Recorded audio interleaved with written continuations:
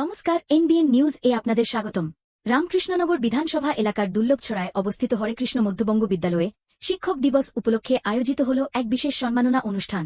বিদ্যালয়ের পক্ষ থেকে গত ৩ বছর ধরে জেলার বিভিন্ন প্রান্তের অবসরপ্রাপ্ত ও বর্তমান আদর্শ শিক্ষকদের শিক্ষক দিবসে বিশেষ সম্মাননা ও পুরস্কার প্রদান করে আসা হচ্ছে। সেই ধারাবাহিকতায় গত ৫ সেপ্টেম্বর শুক্রবার ২০২৫ সালের শিক্ষক দিবসে এলাকার বিশিষ্ট শিক্ষক শিক্ষিকাদের মধ্যে অশোক দত্ত, গিয়াস উদ্দিন আহমেদ, চন্দ্রশেখর সিনহা, শ্যামনারায়ণ যাদব সহ আরও অনেকে সম্মানিত হন। অনুষ্ঠানে প্রধান অতিথি হিসেবে উপস্থিত ছিলেন দুর্লভছড়া জেলা পরিষদের সদস্য শ্রী প্রণব মুখার্জি।